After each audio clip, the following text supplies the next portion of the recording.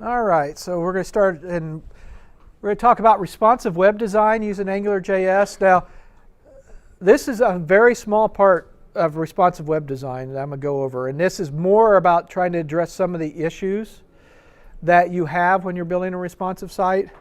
I'm not going to go into CSS media queries and a lot of that detail. This is more about what can you do from an AngularJS perspective, that if you're trying to build a one-size-fits-all site that's going to change its appearance, and that what can you do to make it fast, snappy, and eliminate a lot of the issues that you have by trying to do that. So if you were looking for me to teach you about responsive web design, this is about all I'm going to tell you. It's an approach aimed at crafting sites that basically give you the best viewing experience no matter what device you're on. So if you go to the site, whether you go to it on a desktop, a tablet, or a mobile, you're going to get the best experience for what you're using to view the site with. And it handles resizing, panning, whether you change your orientation. It's actually going to change your display sometimes. And this is right off of Wikipedia. So that's about as far as I'm going to go with that. So how is it usually done? There's two different ways people have tried to tackle this problem. And the first one is what a lot of people will do is, based on what the user agent is coming in, they're going to redirect you to a different subdirectory. They're either going to send you to like a desktop tree, or they're going to send you off to a mobile tree. And this is what Microsoft's MVC, they've actually built that into it so that you can actually say, I want to build a responsive ready MVC app, and it'll generate both a desktop view and a mobile view for you whenever you create a view. The other way is, and the CSS media queries is the second way, and so what they're doing is, based on the screen size, they're going to, like less than 768, they're going to basically change the definitions of the CSS to hide and show different things. They may, and they also change the width of what your columns are. And actually, Bootstrap is probably one of the best examples of how things work in that regard. So let me give you a real quick example on how that works. So I'm going to jump out of here real quick, and I'm going to go over here to Rate a Stogie. So this is a little site that I had worked up a while back, but it's actually built with Bootstrap. And if you watch what happens as I start to move, you're going to start seeing things collapse and things drop down here when I get to a certain size. You'll notice that right about this point here, it goes from three rows across to one row up and down. And so everything is basically here. And if you notice, the menu disappeared. So if I pull it back out, you'll see that the menu will come back up, the navigation pane. So now you've got a drop-down menu type of thing here. So this is actually done all based on the width of the screen that's coming across as a viewport. Now the problem with this is that if you're on a mobile device that has, let's say, a size smaller than 768 pixels, you're still pulling down all the images and all the content for the desktop site, even though it's hidden in the background. So what happens when that mobile device tries to, well actually, yeah, I guess I should have, I'm right here. So what happens is that that mobile device bogs down trying to manipulate all that hidden CSS or hidden web stuff. Plus, it looks like it's really slow because it's pulling down all these big images over your 3G, 4G network. So that's not really a good solution. And then with redirection, it's more of a maintenance nightmare from a developer perspective, because every time you make a change on the desktop view, you got to make a change on the mobile view, and you got to keep things in sync. And if you don't, then all of a sudden you'll get these weird bug reports. It works fine on the desktop, but when they do it on the mobile site, they're missing an address line, or they're missing a notes field because the developer forgot to update the mobile view or a tablet view. That's one of the things that I didn't like about iPhone development, is their solution for doing the different size screens was to build another resource file for each screen in the early days when they actually brought out the iPad Net, and they had the very first generation of universal apps. You had multiple different screen sizes, so if you changed something on one that was for the iPhone, you had to make sure you went and did it for the iPad, otherwise that same data wouldn't show up and your application would bail on you. So we can actually use Angular to help us solve these two problems. One is if we take and go down the CSS media query, then we can use AngularJS to actually hide that data so it never gets pulled down on your smaller devices. Or we can actually use a service for the redirection, and we can actually circumvent and redirect them automatically from the client. So the client can then figure it out instead of your server-side code having to figure it out. We can also use ngIf and ngSwitch to display their appropriate content. But the problem with like ngSwitch or an ngIf is then you get all this complicated code in your HTML. If mobile, do this, or ngSwitch mobile and stuff like that. So that isn't truly a really good way. So what we can do is we can build custom directives to handle whether we hide something because it's on a mobile device or a tablet, or show something because it's on desktop, and kind of take the same tack that ngSwitch or ngIf and ngSwitch does, so that we don't ever render that content. So it'll go through, it comes down initially, and if you use ngSource so that it doesn't actually, the browser doesn't see a source for an image tag or something like that, you can actually just basically, it comes down with your HTML, you remove all the HTML that's not supposed to be displayed, and then only render what you need and only go to the server to get what you need for your display. So I'm going to kind of go through two different versions. The first one is the redirect by using a service, and we're going to basically feed that in into our route configuration. So we're going to basically, at the time we're actually set up our routing, we're going to basically determine, are we a mobile device or a tablet? And then we'll redirect everything appropriately. So let me switch over here to WebStorm. And so this is a start of a library that I have up on GitHub, and the link will be at the end of this, but it's basically called Angular Responsive, and it's a service and 4 directives.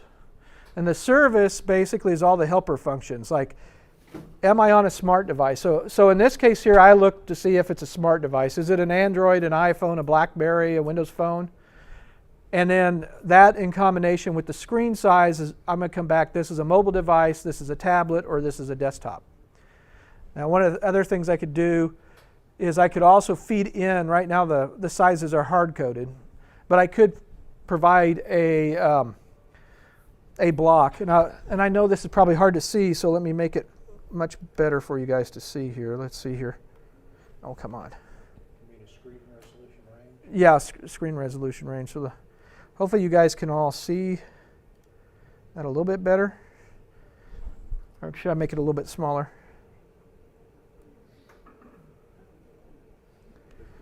Okay. So we start off with a provider, and the reason we're going to use a provider is because we're going to inject this into a config method, and you can't inject a regular service into a config method.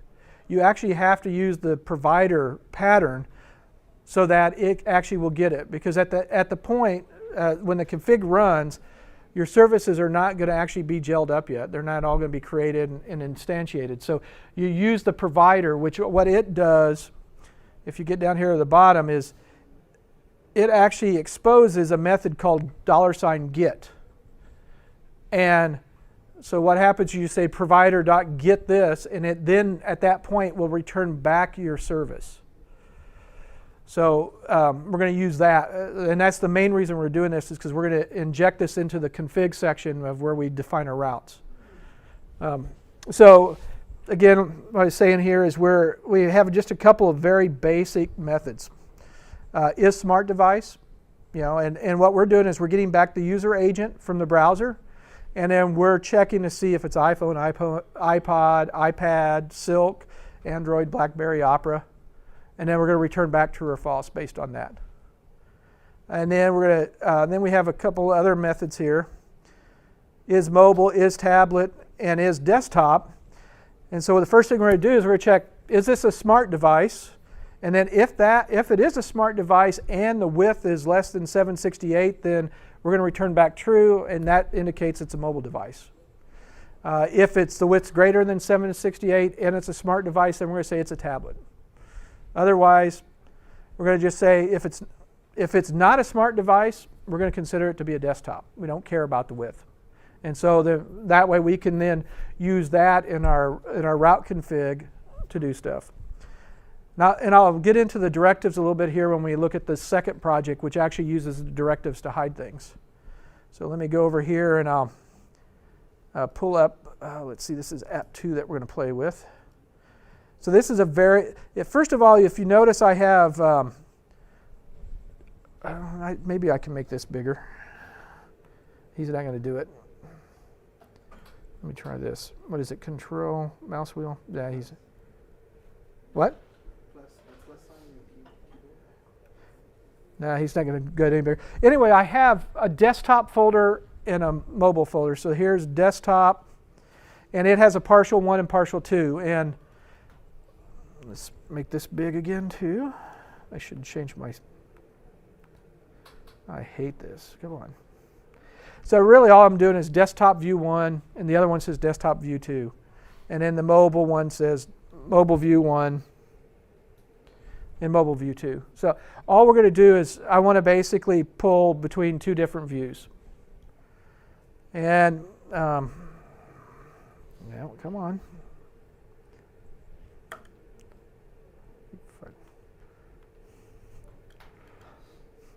This just doesn't want to work for me today. Here. And then here's actually the config method where we're actually injecting the responsive helper provider, which is what I just showed you before on the previous source code. Although it actually is defined as responsive helper up here, because we're using the provider pattern, it actually, AngularJS adorns uppercase provider on the end of it. So you're going to get the provider. And then, if you notice here, in the config method, we say $get, and that's actually going to give us back our instance of our service. And so we're going to default to device equals desktop. So we're going to say if it's not a mobile device, we're just always going to default to a desktop. But then what we're going to do is we're going to make a call to is mobile. And if it is, we'll change the device to mobile. So right now we're just playing with mobile versus desktop.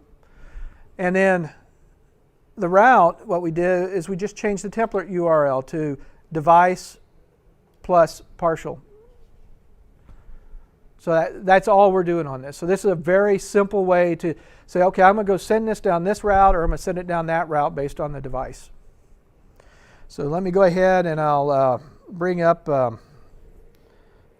let's see, and where is my web service here? Let's see. Oh, it's probably up here in app. Oh, well, I guess it's a grunt. Let me try grunt. Jim, I've got a question for you. Yeah. Would the route provider method only be used for single-page applications mainly? So the guy's not working on those kind of single-page applications won't be using something like route provider, or does it still use it for navigation?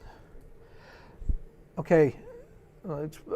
Is the route provider being used for? This is actually being used for a single page. You could actually use this for anything, but right now we're just using this to change where we pull the partials up. So when you do /view1, instead of it doing the normal, hard-coded partial one, we're going to say, because it's a mobile device, go to mobile /partial1 and pull that. And I'll actually show you that when we get the app up here. You'll see it. Okay, so I've got it running. So let me switch over here, and we'll go to localhost. 8000. And we want to go to app 2. So right now this is desktop 1. And let me bring up the network and we'll refresh it here. You'll see what it's actually requesting right now. Oh.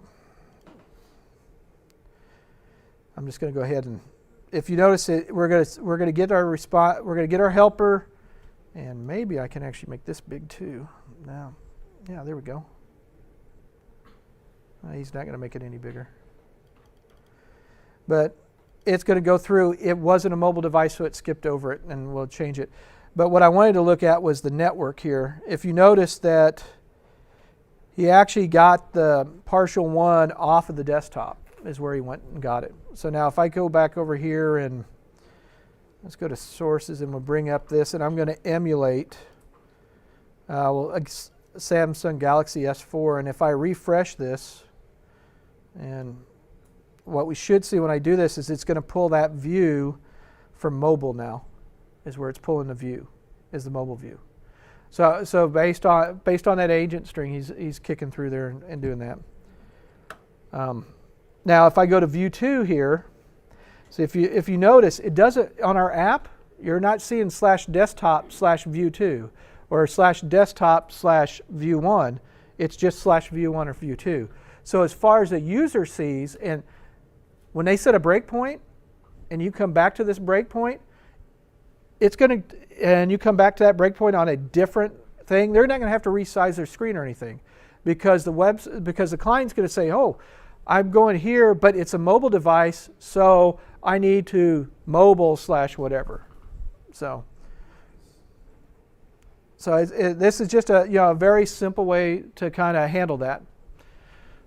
Now the next thing we're going to look at is we're going to look at a couple of directives that are they're just as simple, but they use transclusion, and they actually use a transclusion function. Or did I even go that far? Yeah. So we actually use a function to basically either render the scope or don't render, or render the transcluded scope or not in the function. So let me hide this so we can kind of get to it. And the first thing on this is that you'll notice that I'm not dealing with resizes. When I develop this, it's like when I come to that server or I hit that, I'm either on a mobile device or not. I'm not really switching from a mobile to another device. So what I was like, I'm going to keep this as a simple example. But you could go in and you could basically look for window on resize and handle that as well. You could go back through and redo it. But what we're going to do is I provide back a postlink function. And at this point, whenever the attribute AR mobile changes, we're going to basically remove the child element, destroy it, and set it undefined, because we're going to clean up after ourselves. And then we're going to check and see, is this a mobile device? And if it is, then we're going to create a new scope, and then we're going to basically recreate that element using the transclude method, pass in the child scope and the clone that is actually sent into here. And this is this is a little bit more advanced mojo from directives. Chapter 9 of the book Mastering Web Application Development with AngularJS goes into this in really strong detail, and there's a chapter on the AngularJS directives book that goes into it. But the whole idea is we're holding off rendering the DOM until this point here on line 62. And if it is a mobile device, then we're going to go ahead and we're going to insert that DOM, that child DOM, back into, or we're going to take that element and shove it back into it, compile it and shove it into the DOM so it'll be there. So at this point, because this is and I should show you that we're actually doing a transclude on our directives. So that means that everything that was in it is given to us as what they call a clone. And then we can either stick it in and display it like normal, or we can basically hold off and not display it. And this is the same thing that ng switch and ng if does. And then and the other two directives are pretty much exactly the same. A tablet, we're doing the same thing. We're looking to see when the attribute changes, which means the first time in the link we're going to get called. So we'll at least do this once. But if we do have a child element, we'll get rid of it and we'll clean it up, and then we're going to check to see, is this a tablet device? If it is, then let's go ahead and take that clone, recompile it, and shove it back into the DOM. And then we're just going to stick it right after the element, which is what we're doing here. And then with desktop, we're saying, okay, if it's a desktop, do the same thing. So, I mean, this is really repetitive. But what we're doing is we're using a different directive instead of trying to, and we'll get to another one here where we're actually, it's a multi, so like I want it to be on tablets and mobile devices, then let's go ahead and do it. So I'm just trying to kind of keep it simple. And I don't know if any of you guys have seen my examples before, but I always do very, very simple stuff that shows it. You can build on this, make it more complex as you want. But this other one it's just AR responsive. So this one here, you actually pass in an array of device types. And then what we're going to do is we're going to check and see if this is a mobile, if you have mobile in that array of device types, we're actually passing in an object. If mobile is true and we haven't shown the element, we'll basically call is mobile, and that'll set our flag. If tablet is true and we haven't shown the element yet, we'll check to see if it's a tablet, and if so, we'll set our flag. Otherwise, desktop, and then when we get down here, if we should show the element, then we basically shove it back into the DOM. And let me show you the code for this. Let me go to app1 index here. So, and then I'll make it, see if I can do this nice and big. So you see here, this is basically going to be visible. This whole div here is only going to be visible on a mobile device, which is smart device, less than 768 pixels wide. So what'll happen is when this runs, this will actually be gone. It just is never going to show up. And we can look at the HTML. On the tablet, if we're on a tablet, then this will, if we're not on a tablet, then this will be gone. All you'll get is just it'll just say data AR-tablet. And it'll look like a comment. And then on the desktop, I just noticed I pulled that out of here, so let me put this back where it belongs. There we go.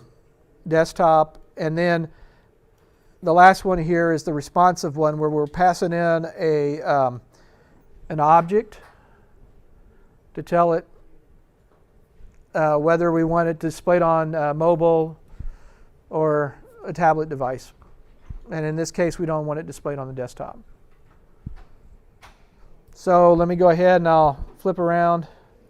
We'll go to app 1 and we'll show this guy in action. So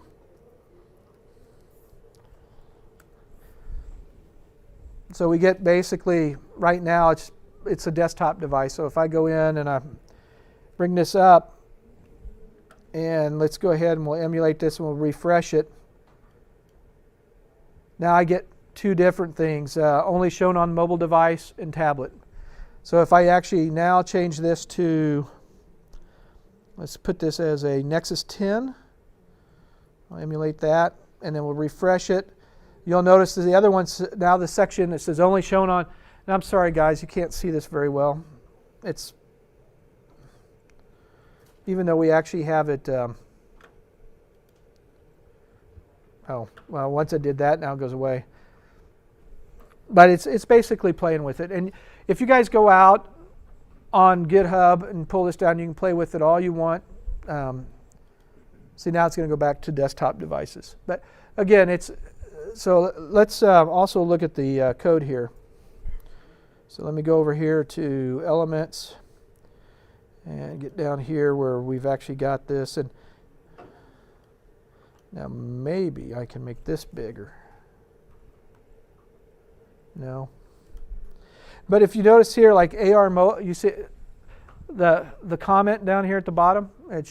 It's very hard to see, but it says AR mobile. So that div that I had for the mobile device, it just basically didn't get redrawn. Same thing with the tablet. And then with the desktop, we actually have something down here. And then the responsive, there's nothing. Because we transcluded it, what happens is until we actually update the DOM for that transcluded piece of code, it just basically puts a marker in there for where your directive was. And so in this case here, nothing's going to come down. We're only going to pull down the stuff for the desktop. And if we actually go over here and look at the network, and let me refresh this again, you'll notice that we pulled down 2 images here. Now if we go back and I change this back to desktop, come on, let's reset that. You'll notice that now that only 1 image came down. So using the ng source inside that kept us from pulling down those images. Now if I change those to source elements, we'd always pull down the images, because as soon as the browser gets the HTML and parses it, he starts sending off calling stuff. So if we use like ng source, the browser doesn't know what to do with that, so it leaves it alone. And so that way you're not running out to get data images. So that's pretty much it for what I was going to show you around responsive. Does anybody have any questions or comments? 2 questions. Okay. First method, really simple and elegant. Do you not end up, though, with the same problem that you would have with switching back and forth between 2 sites, where you really have to make sure that you keep your pages? Yes. So with the first one where we're changing the view, you do have the problem that you have with the redirect, which is you're still going to manage 2 different sets of partials, one for mobile and the other one for desktop.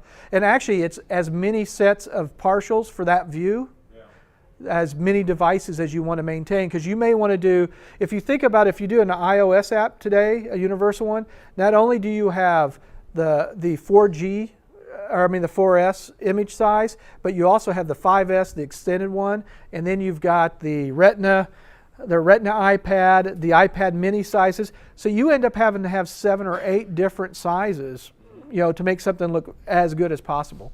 Right, but so yeah, you do have the problem, but at least they're pretty much in the same. Not hard. And then the second one, it looks like that actually helps using the directive, kind of helps solve it by putting everything in one page, even though it's in different chunks. Right. No, that actually is what a lot of people are doing now. A lot of people, and the big thing on the front end side and web design is, let's use one piece of HTML for all your sites. Use CSS the way it was intended for. Use CSS media queries and change your CSS on the fly based on the device. So what you're really maintaining then at that point is your CSS changes based on the device, but you still have total control over what you're doing. The width of your fields, how big your columns are, and everything. So you can actually do a very nice thing. And the good thing about it is that on the fly, you're only maintaining 1 partial for that site instead of 2 or 3 different partials. Any other questions? I do have a comment that I think that the second approach is better, that you have everything on the same place and not keeping multiple versions of it. It's because we're saying that we do white label, so we know that it should pretty well. But you can also do the same thing here with ngIf, and still having the service that evaluates just once instead of every single time, which the directive will do. Yeah. So Once, if it's a mobile, if it's an iPad or whatever it is, and then with ngIf, what ngIf will do is, after the DOM has been rendered, it will remove that element from the DOM and then reapply it again only if the condition applies. So it's exactly the same benefit. So the comment is, instead of executing this every time, your service basically does this once, stores it off, and then when you're in your code, let's say, or even in the, let's go back to this here. At this point, instead of doing this, we already know what our type is the whole time. And that would happen for all your ngIf items. So we could go back over here. Let's say, I think this is the one. So we could do we could say here ngIf, and then you could do Whatever variable you have stored in there. yeah. Like is mobile or whatever.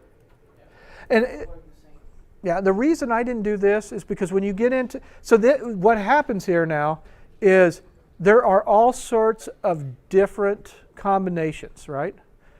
Usually, and so you get into some of these where all I really want is mobile, or all I really want is this to be visible on a tablet.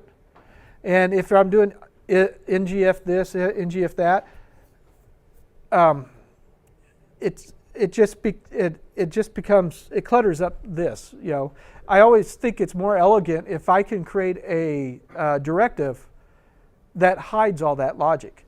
But to me, I think your idea of instead of doing this all once, maybe what we do is when the provider's called the first time, is we already come up with all this stuff and store it so that we cut down on the back-end code, which is another way to do it. So it calculates it once, and then anytime they say is mobile or whatever, it's there. You know, it's more like accessing a property instead of a method. But again, there's 100 different ways to skin the cat. So his idea it works just as good as what I'm doing. Yes. I'm a big fan of cutting down server-side code whenever possible, but there is a different concept of separation of responsibilities. I'm a big fan if you're doing mobile development. Don't send the client anything it doesn't need. So for something like switching between sites, I would probably say, depending on what technology you're using, have the server only render the HTML components that particular device needs, and then send those. And then if you're using a LESS or a SAS compiler, take those parameters in and only send the CSS that you need. And then you're not annihilating the battery or the data on the mobile device, and you can actually have your server do what it's made to do. Right. So that comment is only render what you need to show for the device. So that's all server side instead of client side. It cuts down. It basically also addresses the other thing, whereas you're not basically sending down stuff you don't need. And I'm trying. Well, and I've been dealing with that a little bit too. Now with like what I was talking about earlier on one of the things we're doing, where we're actually the menu options, we're parsing that on the fly. So the first time you hit that site and you log in, your menu takes a little while to display because it has to go through and parse it based on all your roles. But then you only get what you have access to, right? And it's cached at that point. And I think you could probably do the same thing on the server. Is you're going to hit it one time, right, on the server to generate that on that view. And if you cache that view at that point, you can keep your performance can stay high so that you're not generating it on the fly every time. Is where I've seen that, because we tried to do that with some old ASP.NET applications that we had written, and we always ran into problems with it, mainly because ASP.NET destroys the page, and you're redrawing it every time. Now, there's other ways to do it nowadays, but that's another good way of actually attacking the problem. Yes. You could even combine them just because you've got you're doing this calculation here. You could essentially go ahead and pull down resources based on the type of device that it is with an AJAX pull. So you really could even limit the stuff that's coming down based on the choices that you made in your directives. Yes. Yeah, and like I said, this is just to get you guys into it, but it's some other ideas that you guys you can actually use as a Kickstarter, and it seems like we've got a lot of people here that have actually had to tackle this in one way or another.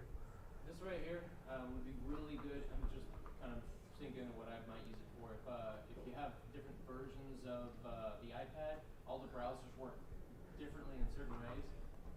So if you have basically dynamic view selection based on which tablet you have, Yeah.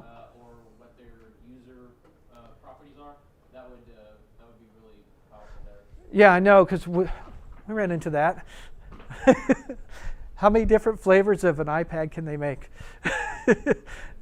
But you're right. I mean, well, and that's actually another good thing is if you get the user agent string, you could use this, and instead of using it for mobile or whatever, you could use it for, it's Android, and so I want to take advantage of Android over iPod or iPad or Windows Mobile. So I mean, this, you could use it for that way too, so that you can custom tailor the experience for the device. You know, so that's another a good way to address it. We actually use this. I was using the is smart device function just so I could figure out if it was an older Android device on our site, because it actually handled the language differently. So that was the first time I ever came up with the, started working on the is smart. And this is actually based on Detect Mobile browsers, but it's a much cheaper way of doing it than what they did.